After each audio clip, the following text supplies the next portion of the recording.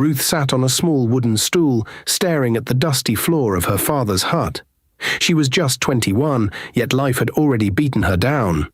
Her dress was torn at the sleeve, her feet were bare, and her stomach growled from hunger. She had only eaten a cup of Gary the whole day. Her father, Mr. Paul, paced outside like a restless goat. His debts in the village were too many. He owed the palm wine seller, the yam trader, and even the chief's son. And now he had a plan to save himself by selling Ruth. That evening he called her out. "You are getting married tomorrow," he said, without looking her in the eyes. Ruth's heart dropped. "To who?" she asked. "To a man who can help this family." Ruth's eyes filled with tears. "But Papa, I'm not ready. I don't even know him." Paul raised his hand. "If you refuse, don't come back into this house. You will sleep outside like a stray dog." That night Ruth cried herself to sleep. The next day there was no music, no celebration, no cake. Ruth wore an old gown that didn't fit well, and her hair was covered with a scarf. The villagers whispered and laughed as she was handed over to a man they called Daniel. Daniel looked quiet. His clothes were faded, his slippers worn out, and his house was far at the edge of the village. No one knew much about him, except that he had no friends, no family, and worked as a local carpenter. "Welcome," he said gently as she stepped into his small house. "You can take the bed. I'll sleep on the floor." Ruth was shocked. She had expected to be treated like a slave. But Daniel treated her with kindness. He gave her food, fetched water for her, and never raised his voice. 1 week after their quiet wedding, Daniel sat outside their small house, looking at the sky as the sun slowly disappeared behind the hills.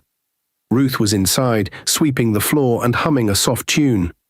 She had slowly become more comfortable around him. She no longer sat in silence or stared at the wall all day. She now smiled a little and even laughed sometimes. "Ruth," Daniel called softly. She came outside, wiping her hands on her wrapper. "Yes?" "I've been thinking. It's time we moved to the city." Ruth looked at him with surprise. "City?" "Yes," he nodded. "I've saved some money. We can rent a small apartment and start life there. I'll continue my carpentry work." Ruth didn't answer immediately. She sat on the wooden bench beside him and looked at the ground. "Daniel, are you sure?" she asked. "You only know how to make local chairs and tables. You don't know the new designs. People in the city won't buy from you." Daniel smiled.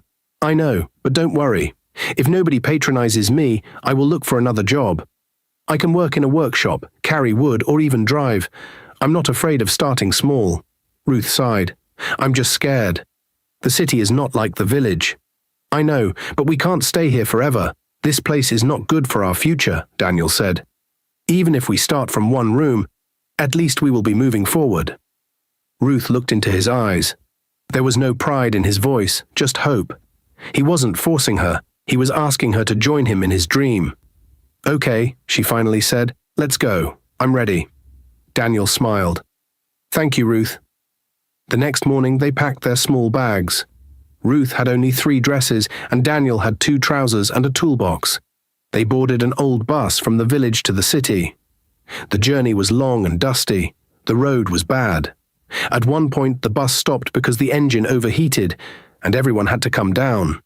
When they finally arrived in the city by evening, the noise shocked Ruth. The streets were full of people, cars honking, sellers shouting, and smoke rising from roadside food stalls. "Daniel, this place is too busy," Ruth whispered, holding his hand tightly. He laughed. "You'll get used to it." They entered a small cafe that took them to a quiet street. Daniel had already paid for a 1-room apartment in advance. When they got there, the landlord gave them the key. The room was small. 1 bed, a fan, and a window. But it was clean. Ruth sat on the bed and smiled. "It's small, but it's our own." The next morning, Daniel dressed up and went to look for carpentry work. Ruth stayed behind and cleaned the room. She arranged the few plates they had, spread the wrapper neatly on the bed, and boiled rice with the little kerosene they had. Daniel came back in the evening, looking tired. "How was it?" Ruth asked. "Hard," he said. "I went to 4 workshops. One said they have no space. The other 3 said they only work with people who know modern furniture design." "I told you," Ruth whispered. City people like shiny chairs and Italian beds. They don't want our village stools. Daniel nodded, but one workshop said they might need someone to carry wood and sandpaper. I told them I'm ready. Ruth looked at him, her eyes soft. Thank you for not giving up. Daniel smiled. For you, I won't give up. The next few days were hard. Daniel would go out early and return late with small money. Ruth started making small chin-chin and buns to sell in front of their compound. At first, only children came to buy. Then neighbors started tasting it. One woman came and said, "My sister, your chin-chin is sweet, oh. You should make more." So Ruth made more. Soon people came from nearby streets to buy. One woman even asked her to supply for a small party. Daniel noticed and said, "Your hands are blessed."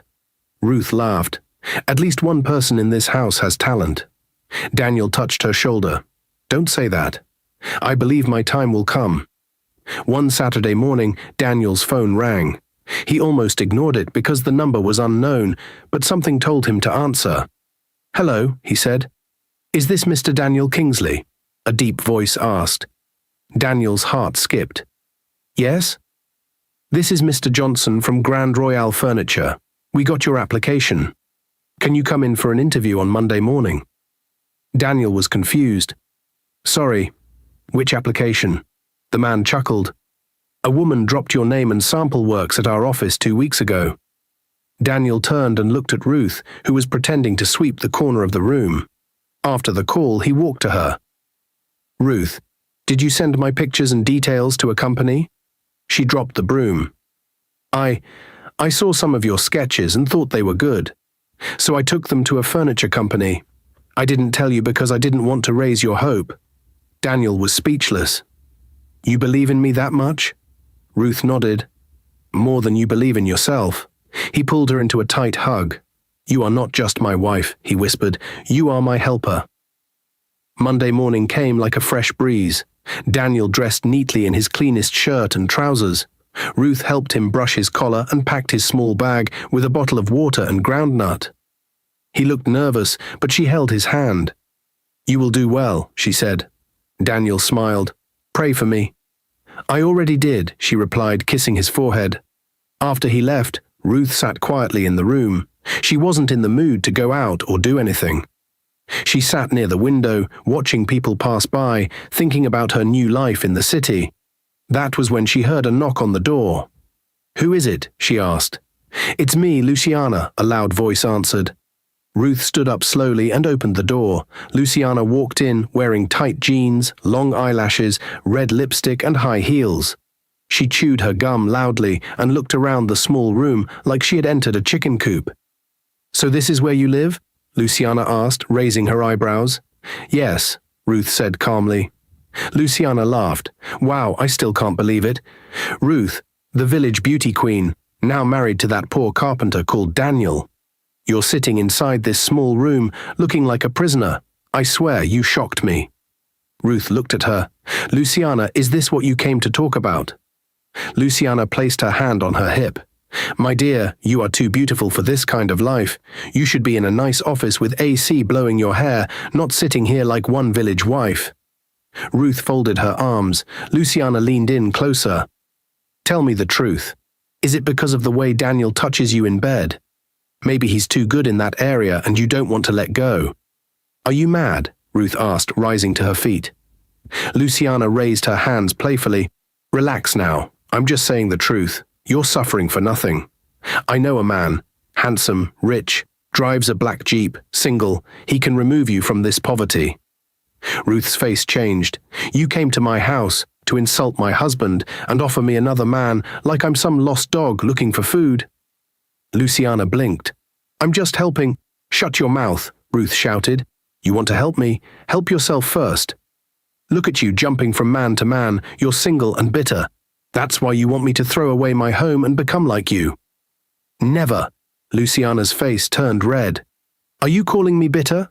Ruth pointed at the door. Get out of my house, Luciana. Don't ever come here again. Avoid me, please. You evil woman. Because you're alone, you want to destroy what I have. I will never leave my marriage. Not for you, not for your rich boyfriend, not for anybody. Luciana hissed and stormed out, slamming the door behind her. Ruth stood in the center of the room, shaking with anger. She sat down and whispered to herself, "Peace is better than riches without respect. I didn't marry Daniel for money. I married him because he gave me peace." By evening, the sun had gone down and the wind outside was cool. Ruth sat quietly in the room, her hands resting on her lap. Her mind kept going back to everything Luciana had said. The insults, the mockery, the wicked advice. She heard Daniel's footsteps outside. A soft knock followed. She stood up and opened the door. He stepped in, looking tired but smiling. "I'm back." "Welcome," Ruth said, helping him remove his bag. He sat down on the bed and stretched.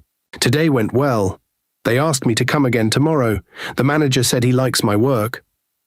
Ruth smiled faintly, but her heart was heavy. Daniel noticed. "What's wrong?" She sat beside him and sighed deeply. "Something happened after you left this morning."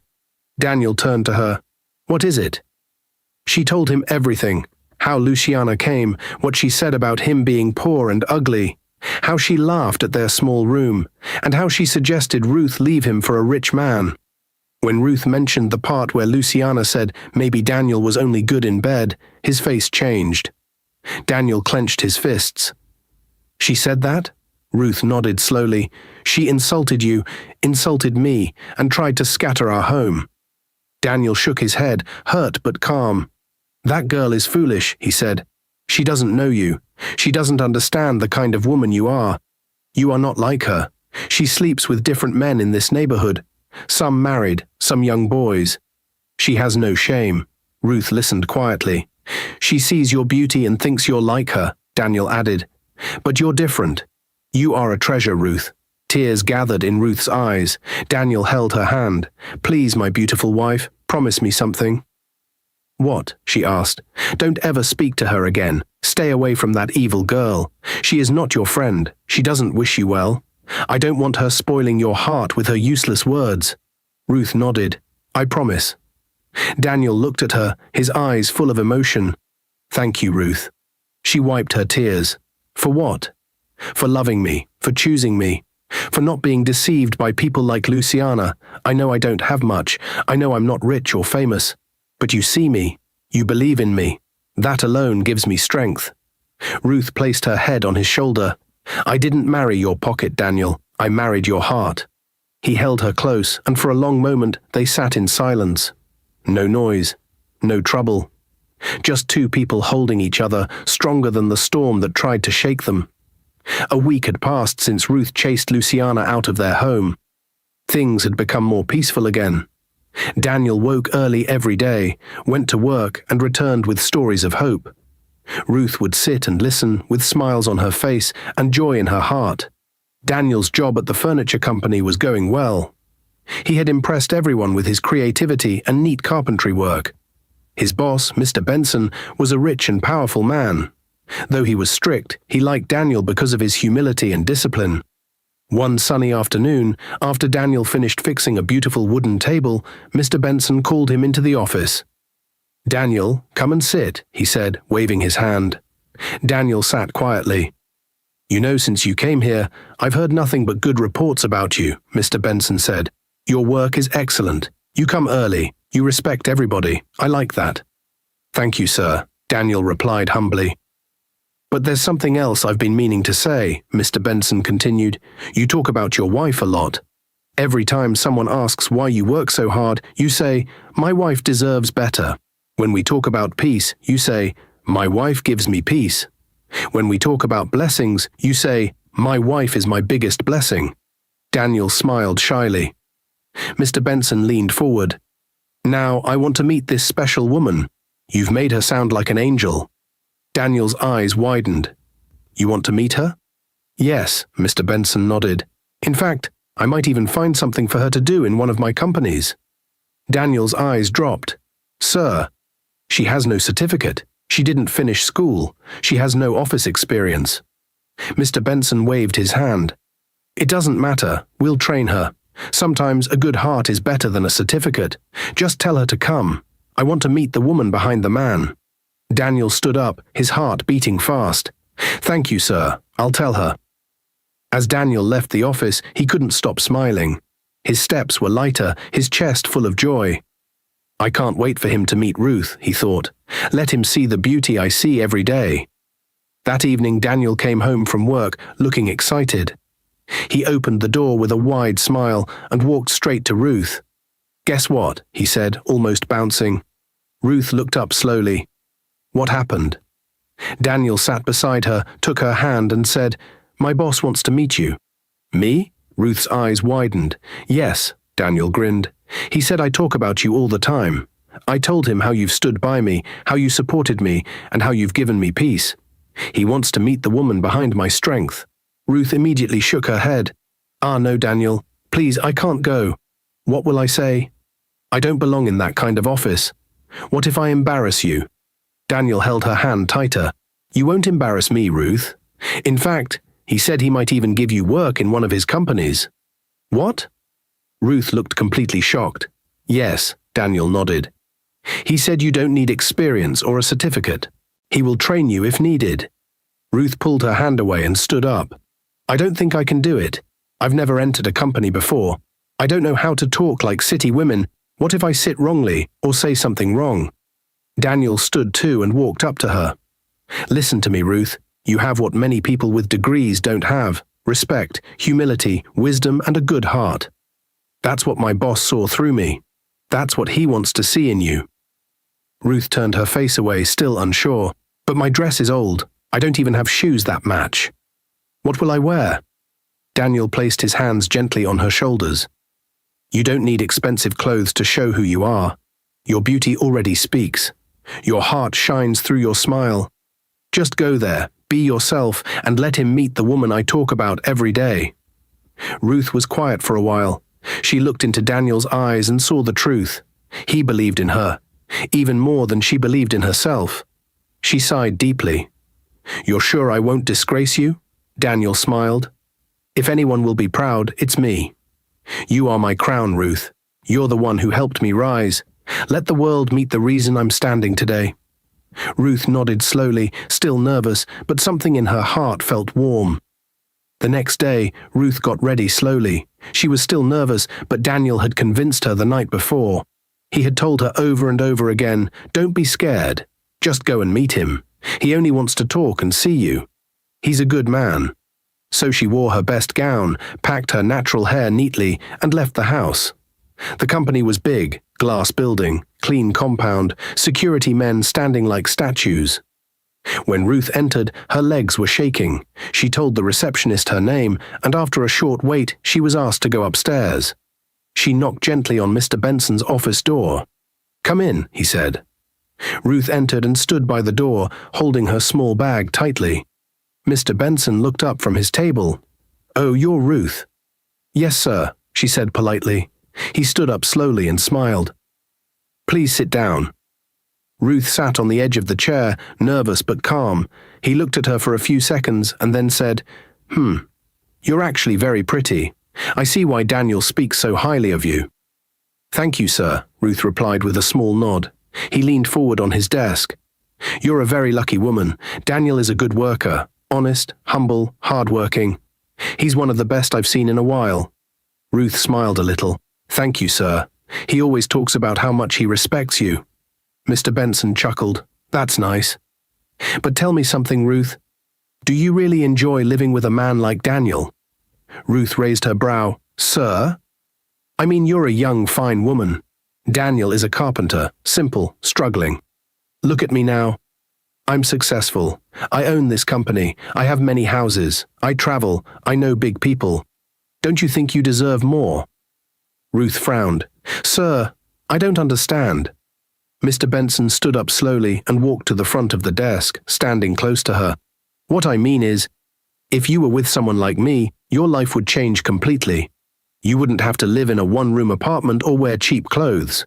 Look at you. You're beautiful, but you're wasting in poverty." Ruth stood up immediately. "Sir, is this why you called me here?" Mr. Benson raised his hand calmly. "Relax, I'm just saying the truth. See, you don't have a job, no certificate, no future plan. I can help you. But if we work together, maybe something more can happen." Ruth took one step back. "Sir, please. I'm not comfortable with what you're saying." Mr. Benson's smile faded. "Why? Are you pretending? You act holy because of Daniel? You think I don't know your story? You're just a poor village girl that your father sold to a man. Don't act like you're a queen." Ruth's voice rose. "You're a disgrace, sir. You told my husband you wanted to help me, but you called me here to insult me and disrespect my marriage. Shame on you," he hissed. "I was trying to help you, you ungrateful girl. You and your poor carpenter husband will remain in that tiny room forever." Ruth stepped forward with fire in her eyes. "Yes, I'm poor. Yes, I don't have a certificate, but I have dignity, something your money can't buy. You are old enough to be my father, yet you talk like a street boy. You wear fine suits, drive big cars, but your character is dirty." He pointed at the door. "Leave my office." Ruth laughed boldly. "You don't need to tell me twice, but hear me well. Don't you ever speak about my husband again. You're not even worthy to clean his shoes. If I ever see you near my house or hear your name again, you'll know that peace is not my weakness." She walked out of his office with her head high, leaving Mr. Benson standing there, fuming like a generator with no fuel. Ruth walked home fast, her legs moving like fire. The sun was hot, but her anger was hotter. Her heart beat loudly in her chest as she replayed every word Mr. Benson had said. The insult, the disrespect, the way he looked at her like a toy. She pushed the door open and sat on the bed, breathing heavily. So this is the kind of man Daniel is working for, she thought. A rich animal in human clothes. She had just picked up her wrapper to change when her small phone started to ring. Unknown number. She frowned and answered. "Hello?" A calm, deep voice came from the other end. "Ruth, it's me, Mr. Benson." She froze. Her eyes widened. "How did you get my number?" He chuckled lightly. "Have you forgotten I'm the boss? I can get anything I want." Ruth stood up slowly, her anger rising again. "What do you want?" "I just called to say you should calm down," he said slowly. "Don't tell your husband about what happened today. If you do, I'll fire him. I'm not joking." Ruth's mouth dropped open. "What?" "Yes," Mr. Benson continued, "Daniel needs this job. If he loses it, what will you people eat? You want to go back to frying buns and soaking Gary every day." Ruth was quiet for a few seconds, her hands shaking. Then she asked, "So this is your plan?" "I'm giving you time," he said, like he was doing her a favor. "Think about it. I'm not asking you to love me. I'm just saying, if you agree to be with me, small time, I will change your life. You'll wear gold, drive cars, travel. Just give it time. I know you're smart." Ruth closed her eyes, pressing her lips together. The room was silent for a while. Then she exploded. "Shame on you, Mr. Benson." He didn't reply. "You are a grown man, and this is what you use your power for, threatening a poor man's wife. You think I'll fear you because you're rich. You don't know me. Calm down." "No, I won't calm down," Ruth shouted. "You say you're not married. You have money. You have cars. Yet no woman wants you. Have you sat down to ask yourself why? It's because you are useless, heartless, and full of pride." Mr. Benson hissed quietly. "Go and look for your age mates," Ruth continued. "There are many old, lonely women like you out there. Go and disturb them. Stop chasing young girls like a hungry goat." "Ruth? Don't Ruth me," she fired back, "and don't ever call this number again. If you try to sack my husband, I swear the whole world will know the kind of man you are. I will shout. I will post your name on every wall in this city. I'm not afraid of you." With that, she ended the call and threw the phone on the bed. Her heart was still beating fast. She was shaking, but not from fear, from courage. Courage that came from knowing she had done the right thing. She sat down, staring at the wall. "I don't care what happens next," she whispered, "but I will never betray Daniel, never." That evening, the air inside their small room was thick. Ruth sat on the edge of the bed, her mind full of everything that had happened.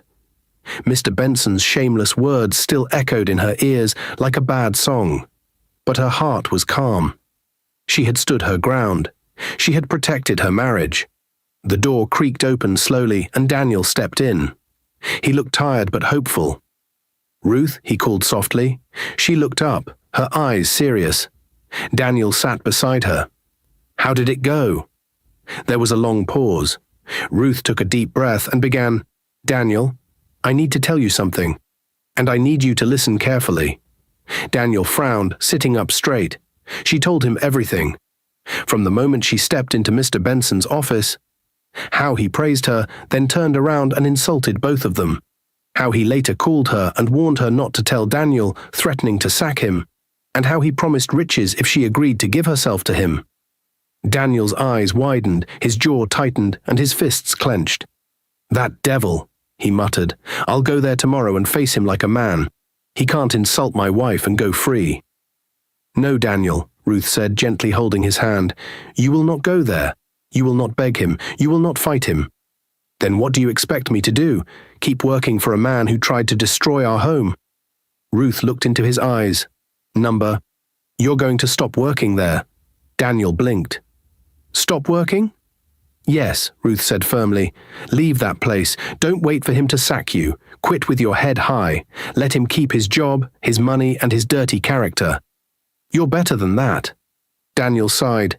"But Ruth, what will we do? We need money." She smiled. "We'll sell buns." Daniel stared at her. "Yes," she nodded.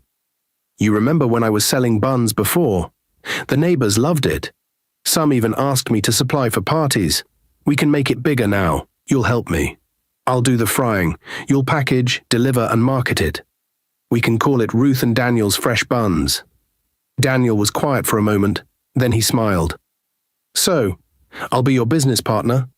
Ruth laughed. "Exactly. Partner in love, partner in hustle." Daniel chuckled, shaking his head. "Me? From carpenter to bun seller?" She leaned closer. "Yes, and from poor to prosperous.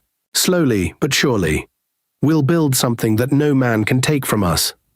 Daniel grabbed both her hands. "Ruth, I love you more than anything. And if this is what you want, if this is what gives us peace, I'm ready. Let's do it together." She hugged him tightly, her eyes full of emotion. "We may be poor today, but we have something rich men don't have. Real love." Daniel whispered, "Tomorrow morning, we start fresh." 2 days later, the morning sun was already hot, and the street was busy. In front of their small apartment, Daniel was sitting near a local stove, carefully turning golden brown buns inside a wide frying pan. Sweat dripped from his forehead, but he didn't care. Ruth had gone to the market to buy more ingredients, and someone had to keep the fire going. The aroma of the buns filled the street, and 2 customers had already stopped by to buy some. "Wow, your buns are sweeto," one woman said. "Thank you," Daniel replied with a proud smile, "fresh and clean, straight from my heart." But as soon as the woman left, trouble arrived. Luciana. She came walking in like a hurricane, wearing tight jeans and a loud yellow blouse. Her makeup was too much, and her chewing gum was louder than her footsteps. She stopped in front of Daniel, folded her arms, and hissed long and hard. "So it's true," she said loudly. "Daniel the carpenter has now become Daniel the bun seller." Daniel didn't look up. He continued turning the buns carefully. Luciana scoffed. "Where is your queen, Madame Ruth the Buns Princess? Or has she left you already for someone richer?"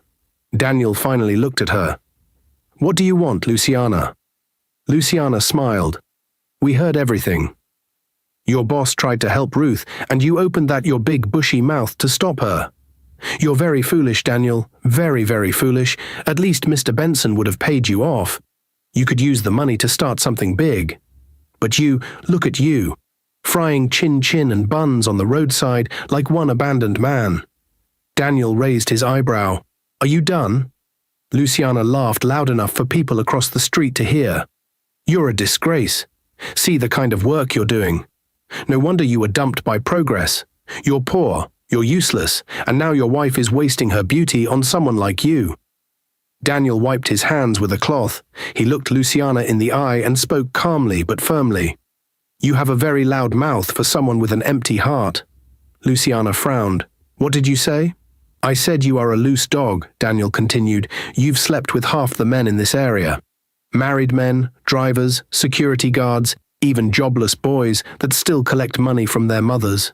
You walk around with your cheap wig and red lipstick, thinking you're better than people who work hard." Luciana gasped.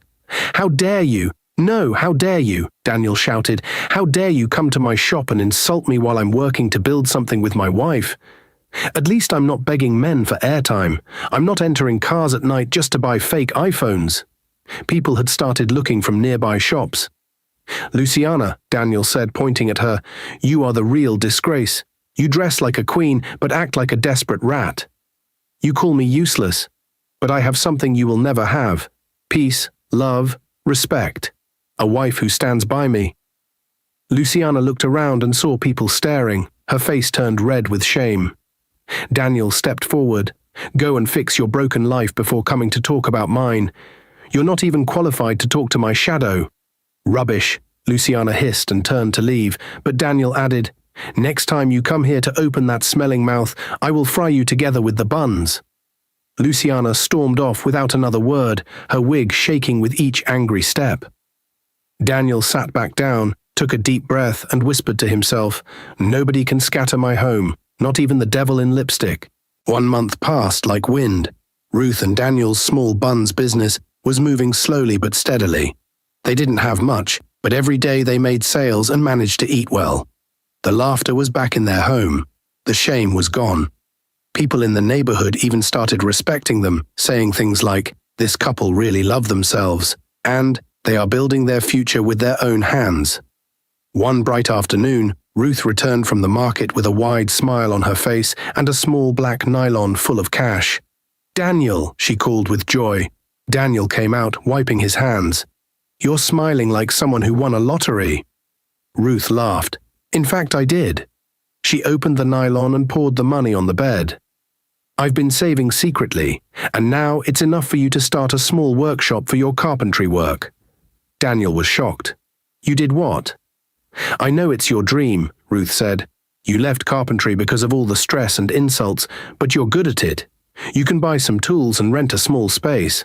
I want you to go back and grow again." Daniel stood there, quiet, touched. He stared at the money, then at Ruth. "You saved all this? For me?" he asked softly. "Yes," she nodded. "It's your turn now." But Daniel shook his head. "No, Ruth. You've worked hard. Use the money to grow your business. Buy more flour, rent a kiosk, print your label, expand Ruth's buns. My time will come." But Ruth was firm. "No, Daniel, you've helped me enough. Now it's my joy to help you." Daniel smiled with pride. "I married a rare gem." Just then, Daniel's phone began to ring. He looked at the screen and frowned. "Who is it?" Ruth asked. Daniel sighed. "It's Mr. Benson." Ruth's face changed instantly. Daniel picked up slowly. "Hello?" Mr. Benson's voice came through. "Daniel, it's me. I know you may not want to hear my voice, but please, listen." Daniel didn't speak. "I want to apologize," Mr. Benson continued. "I was wrong for everything I said to your wife. I disrespected her. I disrespected you. I don't have an excuse, but I'm deeply sorry." Daniel still said nothing. "I've been thinking about everything," Mr. Benson went on. "Please come to my house this weekend. Bring your wife. I want to apologize face to face, and on Monday you can return to work. Your salary has been increased. I want peace." Daniel finally spoke. "With all due respect, sir, how dare you try to win my woman behind my back and now act like nothing happened?" There was silence. "I deserve that," Mr. Benson replied. "It was the devil, Daniel. I've been battling with many things, but I promise you, what I did was not me. I lost control. I just want to make things right." Daniel exhaled. "All right, sir. See you this weekend." He ended the call. The moment he turned around, Ruth was already staring at him, arms crossed, her face tight with disappointment. "I knew it," she said coldly. "I knew that was your boss. And you agreed." Daniel raised his hands. "Ruth, please listen." "You agreed we are going to his house this weekend?" Ruth asked angrily. "After everything he said to me? After he insulted me and called me names?" Daniel stepped closer. "I didn't agree because I'm weak. I agreed because I want to end this matter properly." Face to face. Ruth shook her head. "I'm disappointed in you. You know what he did. You heard what he said. Now he waves money and promotion, and you forget all the pain." Daniel touched her arm gently. "No, Ruth, I didn't forget. I just believe in second chances." He sounded truly sorry. Ruth pulled her arm away. What if it's a trap? What if it's set up? What if we go there and he does something terrible, or even tries to unalive us both? Daniel sighed deeply. No, Ruth. Mr. Benson can't hurt a fly. He's not like that. Ruth's eyes narrowed. How come you suddenly know so much about him? Daniel looked at the ground. It's not like that. I've heard people talking. They say he's harsh, but he's not violent. They say he's struggling with personal issues. He was once married, but his wife left him because of his mouth. He says things he doesn't mean. He pushes people away. Ruth folded her arms again. And you believe that? Daniel nodded slowly. I want to believe people can change. If he truly wants to apologize, let's hear him out. If he shows one sign of nonsense, we walk out. There was silence between them. Ruth finally sat down, rubbing her forehead. I don't trust that man. I know, Daniel said, and if you say no, we won't go. She looked at him for a long moment, then sighed. Fine, but I'm going there with one eye open and one eye closed. Daniel smiled. That's my queen. But if he tries anything funny, Ruth added, I will slap the demon out of him in front of his security. They both laughed. But inside their hearts were heavy with mixed feelings. The weekend arrived faster than Ruth expected. She dressed slowly that morning, her heart still full of mixed feelings. Daniel had promised that everything would go well, but a part of her couldn't shake the fear. She hadn't forgotten what Mr. Benson had said and done. Daniel wore his best shirt and jeans. He stood by the door, watching her get ready. You look beautiful, he said softly. Thank you, Ruth replied without smiling. They entered a small cab and made their way through the city. As they reached Mr. Benson's neighborhood, Ruth's eyes began to widen. The streets were clean, lined with flowers and shiny streetlights. Every house they passed looked like something from a magazine. When the cab turned and stopped in front of a tall black gate, Ruth gasped. This is it? Daniel nodded. The gate opened slowly, revealing a massive white mansion with glass doors, shiny cars parked outside, a swimming pool and green grass everywhere. Ruth stepped out, her mouth slightly open. Daniel, this house is like a palace. I can't wait for you to have something like this one day. Daniel smiled. I already do. Ruth looked at him. What do you mean? Daniel chuckled. Nothing, just joking. They walked in hand and were welcomed by two uniformed staff who led them into the living room. The place was shining from top to bottom. Marble floors, expensive furniture, paintings on the wall, and a sweet smell in the air. Then Mr. Benson walked in, dressed in a simple native attire, looking calm and humble, nothing like the proud man Ruth had met weeks ago. He walked straight to her and Daniel and greeted them quietly. Ruth, Daniel, he began. First, I want to say I'm deeply sorry for everything I said and did. I disrespected your marriage. I insulted you. I let pride lead me. I was wrong. Ruth didn't speak at first. She just looked at him. Mr. Benson continued, I've had time to think. And my son, Daniel, he told me so much about you. He said you're the reason he stood back on his feet. He said you're strong, loyal, and full of fire. And now that I see it with my eyes, I believe him. Ruth blinked. Wait, your son? What do you mean, your son? Mr. Benson and Daniel both went silent. Ruth turned to Daniel. Daniel, what is going on? Daniel took her hand gently. Ruth, please, don't be angry. I wanted to tell you before, but I didn't know how. Mr. Benson, he's my father. Ruth pulled her hand away, her eyes wide. What? Your father? How? Why didn't you tell me? Daniel sighed. It's a long story. Years ago I was in a bad place. I had trusted people who used me and left me empty. I lost everything. My father, Mr. Benson, saw how broken I was. He advised me to go far away from the city, to a village, and find someone real, someone who would love me for me. Mr. Benson nodded slowly. I told him, go and find a woman who sees your heart, not your pocket. He didn't like the idea at first, but he obeyed me, and he found you. Ruth sat down slowly, overwhelmed. Daniel knelt beside her. I didn't plan to marry you out of pity. I fell in love with you, Ruth. I love you deeply. That day at your father's house when he gave you to me like a gift. I saw pain in your eyes, but I also saw strength. And every day since then, you've made me a better man." Ruth looked at him with tears forming in her eyes. Mr. Benson stepped closer.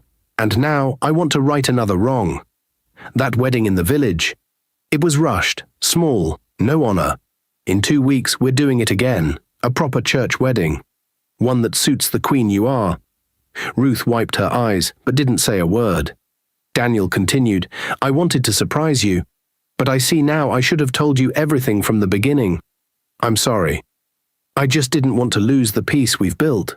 Mr. Benson added softly, "I know I don't deserve your forgiveness, but please, for my son's sake, and for the future we're all about to build together, let's move forward." The room was quiet. The only sound was the gentle hum of the air conditioner. Then Ruth stood up, looked at both of them, and sighed deeply. "I was angry," she said, "hurt and shocked. But now, I understand." She looked at Daniel. "You should have told me the truth." Daniel bowed his head. "I know." She touched his cheek gently. "But I forgive you." Daniel's eyes brightened instantly. She turned to Mr. Benson. "And you? You're lucky I'm a woman of peace. Don't ever let pride turn you into a monster again." Mr. Benson smiled gratefully. "I promise." Ruth looked around the house again. "This place is beautiful, but it's not the mansion that makes me happy. It's the people inside." Daniel stood up and hugged her tightly. Mr. Benson watched with a smile on his face.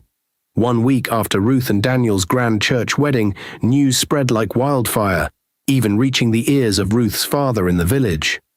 Shocked and ashamed, he called her for the first time in months. "My daughter," he said in a shaky voice, "please forgive me. I sold you like a goat. I was blind." Ruth took a deep breath. "Papa, I forgave you long ago, but I can't forget. I've moved on. I wish you well, but I will never return to that life." He was silent. Then the call ended. From that day, Ruth never looked back. She and Daniel built a new life, full of love, laughter, and peace. Side by side, they ran their businesses, walked through storms, and danced in their victories. And together, they lived happily ever after.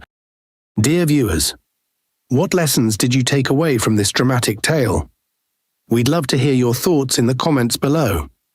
If you enjoyed the story, give us a thumbs up, share it with friends, and hit that subscribe button.